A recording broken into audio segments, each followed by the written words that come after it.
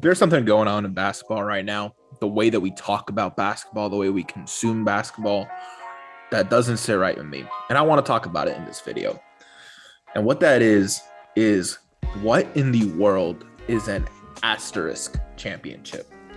No, for real. I've heard it mentioned so much, especially recently, where people try to discredit the accomplishments of NBA players because their championship doesn't count as much as a different one would. And I've heard it starting coming up a lot recently. For example, in 2021, with the Bucks beating the Phoenix Suns, they talk about injuries, right? They talk about injuries. They say that the Eastern Conference, Brooklyn would have won, or Kevin Durant's foot was too big, and that's why the Bucks won and moved on to the Eastern Conference Finals and then the Finals. Or in the West, the Suns shouldn't have even been there. The Lakers, LeBron and AD were hurt, and the Nuggets, Jamal Murray was hurt. And so this championship doesn't count. And then I started thinking back. I've heard an excuse for at least the last 5 years of championships, at least. And then if you go even further back, you hear more excuses and excuses and excuses. It seems like there's only a small handful of championships that people accept that do count. And those are upsets. And even some upsets don't count. As you can see on the screen we're playing right now, we have the Toronto Raptors versus the Cleveland Cavaliers. The Toronto Raptors, this is the Kawhi Leonard Toronto Raptors, and the Cleveland Cavaliers, this is the 2015-16 one, which came back from a 3-1 deficit to win the NBA Finals. And these ones are talked about too. So I'm going to break down particularly the last few years of asterisk championships and why I think that's an absolutely bogus storyline. And I'm going to break down each one year by year. So we're going to start with 2021. I already mentioned a lot of it. And that's the injuries. And injuries is going to be a common theme that comes up in this conversation because people seem to forget that injuries are a part of the game and that the medical staff, the coaching staff, the players themselves are responsible for their health, and that it's a part of the game. It's a part of your skill set as a player, as an athlete, to keep yourself healthy. And the biggest example I could have of this is the Brooklyn Nets versus the Milwaukee Bucks in the 2021 NBA Finals. James Harden was hurt. Kyrie Irving was hurt. Giannis even, don't forget, Giannis got hurt in the conference finals, but we're talking about the semifinals. And Giannis was able to bounce back in a way that James Harden wasn't. And yes, the injuries were different altogether. I'm not even going to pretend to compare the two. It's a different injury. But you're telling me that Giannis's athletic build does not make him better at recovering from injuries than James Harden did? Giannis works on his strength training and his conditioning way more in the offseason than a guy like James Harden does. We saw all the memes, especially at the beginning of the year. James Harden was out of shape. He did not look like a professional athlete for the first few months of the year. It actually took him a while to get into shape before he made it to the playoffs. And even in the playoffs, he looked a little slow and rusty. So you're telling me that doesn't contribute to the injury? And I say that's either on him or the coaching staff in Brooklyn, or I guess Houston, because that's where he started the season, for not keeping him accountable and in check. And that's a reason that they were eliminated from the playoffs. Kyrie, that was more chance. I don't want to blame anything on the Kyrie injury. There are freak injuries, those happen. But again, it is part of the game of basketball. So I reject that altogether. In the Western Conference, yes, you could say that there was some things with the Lakers, but I'm going to talk about the Lakers in just a second when we talk about the 2020 NBA Finals. And the Nuggets, yes, Jamal Murray was hurt. Again, it is part of the game. You cannot discredit a player's legacy or their accomplishments in the playoffs because of an injury. Now, let's go on, like I said, to the Lakers versus the Miami Heat in 2020. And people like to call both of these teams bubble frauds because they competed in the 2020 NBA playoffs in the Orlando bubble because of the COVID pandemic.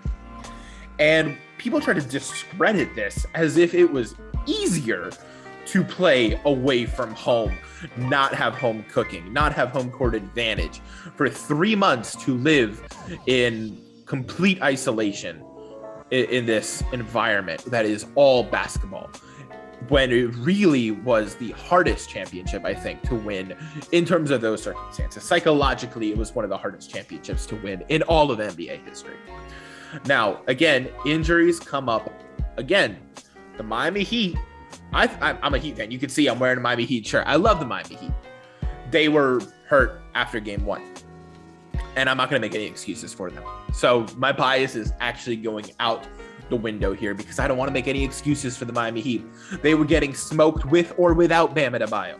They were getting smoked with or without Goran Dragic. The only 2 games they won is when Jimmy put the team on their back. Bam was a non-factor for a while in that series.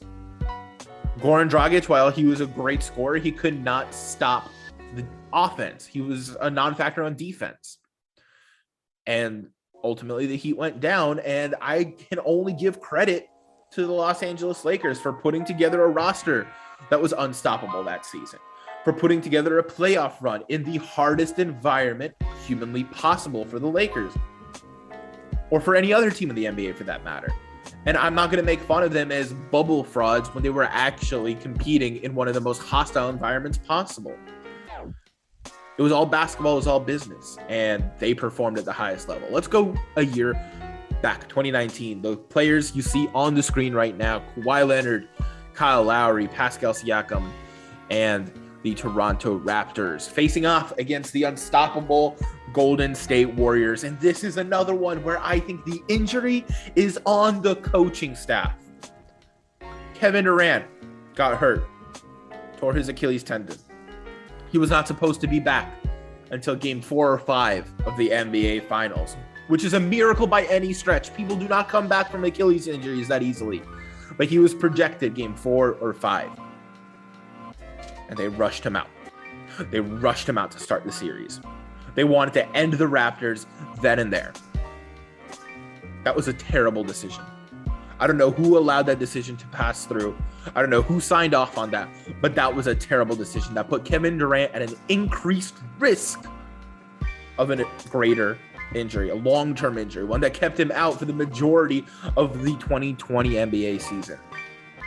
But they took that risk, knowing full well what the possible consequences were, and it did not pay off. Again, just like with Brooklyn in 2021, in 2019, the Klay Thompson injury, we can't point our fingers on that one as much. But you're trying to tell me if they held on to Kevin Durant, a Steph Curry, Kevin Durant team wouldn't have been just good enough? It's part of the coaching decisions. It's just like if a rotation was missed. If a coach made a bad substitute, it's the same idea. It was the wrong decision to make, but it does not invalidate what Kawhi Leonard was able to do at the highest level, what Kyle Lowry was able to do at the highest level.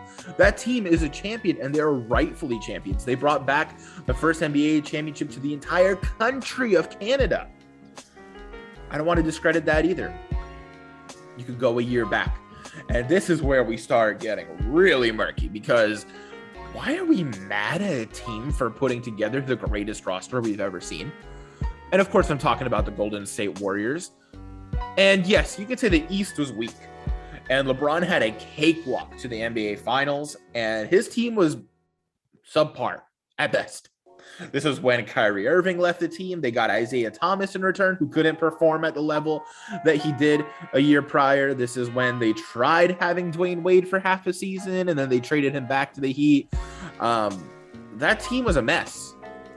But it's not the Warriors' fault it was a mess. They won fair and square. They beat whoever was in front of them. They beat the best of the West. They beat the best of the East. And we're still complaining to this day about the super team they built. But why couldn't you build a team to stop them? Why couldn't you lure Kevin Durant towards your team? Why were the Thunder unable to win a series they were up 3-1 the year before and keep Kevin Durant? So many questions left unanswered. And if I'm sitting in the Warriors front office, you think I'm not taking Kevin Durant when he chooses to sign with my team? That is a complete mind boggle to me, to understand why we complain about greatness. And you could go back one more year. I want to talk about another one. We could talk about the back-to-back championships with the Warriors, but I'm going to go one more year back, okay? And that's the one where LeBron James, the Cleveland Cavaliers, again, the team you see on the screen right now, came back from a 3-1 deficit. And the complaint I've heard a lot recently, especially in the new polls we've been putting up on our community tab, is that that championship is illegitimate because Draymond Green was suspended for one game. And if he wasn't suspended for that game, the Warriors would have easily put the Cavs away. They would have never had a chance to come back. Really? That's the argument? A player broke the rules knowing the consequences, got suspended from the game, and then they lost that game? You're telling me if a player fouls out, we're not going to count that as a win for the other team? You got to keep your head on. It's about more than just your ability to put a ball in a basket. It's the mental fortitude. It's the composure. Basketball is more than just a children's game about putting a ball on a hoop. The emotions get tense. I get it. But the best players are able to keep their cool. And Draymond Green wasn't able to do that, and he got punished for it. And he knew in advance what would happen if he got another technical foul, that he would get suspended for a game. And on top of that, you're up 3-1. You just have to win one game. Fine, Draymond gets suspended for game 6, but that doesn't mean game 5 and 7 were automatically lost. That team collapsed. And the other side, LeBron and the Cavs put together an incredible 3-game run, the likes of which we have not seen before. Literally, no team before them have ever come back from 3-1 in the NBA Finals, and they did. It was absolutely incredible. So, one more year, I want to talk about it really briefly, just to mention it, and it's the 2014-15 game series where Kyrie and Kevin Love were hurt. I'm going to revert back to what I was saying in the beginning of the video. Why do we judge injuries like they're not part of the game of basketball? This is not chess, okay? Basketball is a contact sport. It is a physical game, and we know injuries are part of it. Are they disappointing? Absolutely. Does it make the series less entertaining to watch? Sure. You want to see the stars going at it. But are we going to discount Stephen Curry being a 3-time NBA champion because guys on the other team got hurt? It's preposterous. I don't get it. And people like to go even further back. There's a conspiracy theory that the Spurs intentionally turned off the AC to beat LeBron in the 2014 finals without realizing that they also smoked them in games 3, 4, and 5. Yeah, it's ridiculous. I don't know what else there is to say about this topic, but if you guys agree with me and if you enjoyed this video, let me know. And if you disagree with me and you're part of that asterisk championship bandwagon, let me hear it in the comments below, because I want to hear it, and I'm going to argue. I'm going to be out there in the comments with you. I'm going to join the banter in the comments, and we're going to have a good conversation about this. This is going to be fun. Hope you enjoyed, and like, comment, and subscribe, because we got so much great content coming out for you. See you guys next time.